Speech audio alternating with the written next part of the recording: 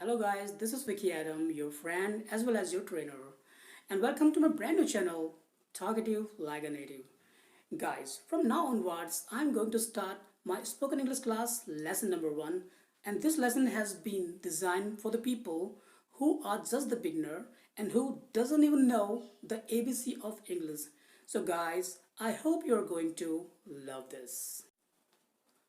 दोस्तों आज से मैं स्पोकन इंग्लिश का लेसन नंबर 1 स्टार्ट करने जा रहा हूँ जो कि उन लोगों के लिए है जिनको इंग्लिश जरा भी नहीं आती है।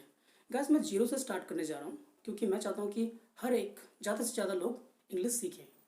वैसे तो यूट्यूब में बहुत सारे इंग्लिश के ट्रेनर हैं जो कि माइंड ब्लोइंग हैं, तो आपको जिससे भी समझ में आता है आप उनसे सीखिए, लेकिन सीखिए ज़रूर, क्योंकि हाउस वाइफ हो या स्टूडेंट्स हो, जॉब इंटरव्यूज़ हो या प्रोफेशनल्स हो या पेरेंट्स मीटिंग हो, इंग्लिश की ज़रूरत तो आपको सभी जगह पड़ेगी। So guys, without wasting time, let's start lesson 1.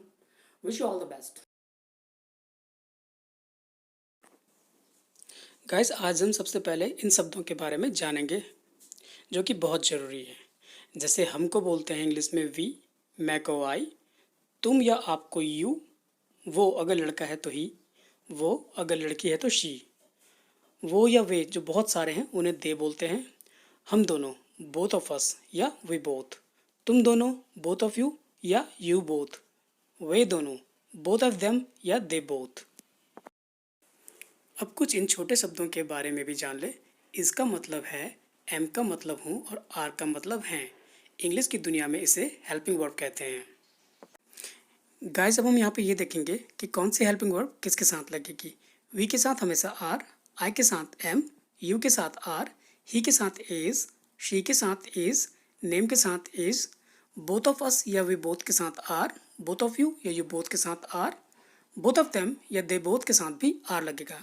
Guys आप इसे नोट भी करते रहें क्योंकि आगे हम इसका यूज़ करना सीखेंगे। गाइस अब हम सेंटेंस का ट्रांसलेशन करना सीखेंगे। मैं एक डॉक्टर हूँ, मैं एक गायक हूँ, मैं एक अध्यापक हूँ, मैं एक गृहिणी हूँ, मैं एक इंजीनियर हूँ। गाइस ये बहुत सिंपल है। आपको मालूम है कि मैं को बोलते हैं आई और हूँ को बोलते हैं एम, और वैसे भी आई के साथ हमेशा एम लगता है। तो अब देखिए इसका ट्रांसलेशन कितना सिंपल है। गाइस ऐसे सेंटेंस के ट्रांसलेशन में कुछ नहीं करना है, आई एम अ लगाना है, फिर उसके बाद जो भी आप हो वो लगा दीजिए। जैसे I am a doctor, I am a singer, I am a teacher, I am an engineer, I am a house wife. देखिए फ्रेंड्स ऐसे सेंटेंसों का ट्रांसलेशन कितना इजी है। जैसे मैं एक डॉक्टर हूँ, आई एम अ डॉक्टर, यहाँ पे ए का मतलब एक है। मैं एक गायक हूँ, आई एम अ सिंगर, मैं एक अध्यापक हूँ, आई एम अ टीचर, मैं एक गृहिणी हूँ, I am a house wife, मैं एक इंजीनियर हूँ, I am an engineer. Guys यहाँ पे गौर करने वाली बात यह है कि जब मैंने कहा मैं एक डॉक्टर हूँ तो मैंने कहा आई एम अ डॉक्टर, लेकिन जैसे ही मैंने कहा मैं एक इंजीनियर हूँ तो इसकी इंग्लिश मैंने बोली आई एम एन इंजीनियर। यहाँ पे एन का मतलब भी एक ही है, लेकिन कहाँ पे हमने एन लगाना है, कहाँ पे ए लगाना है, इसको हम आगे जानेंगे। गाइस अब हम इंग्लिश के 5 अल्फ़ाबेट्स के बारे में जानेंगे। ए ई आई ओ यू, इन्हें इंग्लिश में वाउल्स कहते हैं। तो जो भी शब्द वाउल्स से शुरू होते हैं उसमें हम ए के जगह पर एन लगाते हैं। जैसे कि एन एरो एक तीर, एन इंजीनियर एक इंजीनियर, एन आइसक्रीम एक आइसक्रीम, एन ऑरेंज एक संतरा और एन अम्ब्रेला एक छतरी। तो देखिए यहाँ पे एरो ए से स्टार्ट होता है जो कि एक वाउल है।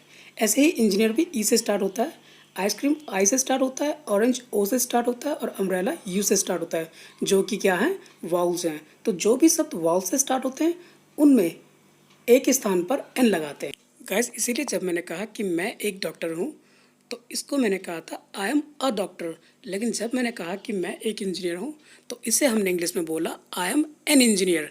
यहाँ ए और एन का मतलब एक ही होता है, एक। गाइस अगर इंग्लिश सेंटेंस के वर्ड टू वर्ड मीनिंग में जाएंगे तो उसका मतलब कुछ ऐसा निकलेगा। आई का मतलब मैं, एम का मतलब हूँ, ए का मतलब एक, डॉक्टर का मतलब डॉक्टर, यानी मैं हूँ एक डॉक्टर। तो आप यहाँ पे कंफ्यूज ना होइएगा क्योंकि हिंदी में हम इसको पढ़ेंगे मैं एक डॉक्टर हूँ, क्योंकि इंग्लिश में थोड़ा उल्टा क्रम होता है, लेकिन जब हम उसे हिंदी में पढ़ते हैं तो हम उसे ऐसा पढ़ेंगे मैं एक डॉक्टर हूँ। ठीक है, तो आप कंफ्यूज ना होइएगा।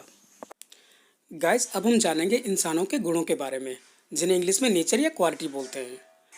देखिए अच्छा को बोलते हैं गुड, बुरा को बोलते हैं बैड, शरारती को इंग्लिश में कहते हैं नॉटी, आलसी को कहेंगे लेजी, फुर्तीला या फुर्तीली एक्टिव या एजाइल, लालची को बोलेंगे ग्रीडी, कंजूस को माइजर, हंसमुख को चेयरफुल, झगड़ालू को बोलेंगे क्वेरलसम, दयालु को बोलेंगे काइंड, विनम्र को बोलेंगे पोलाइट और खड़ूस को बोलेंगे रूड।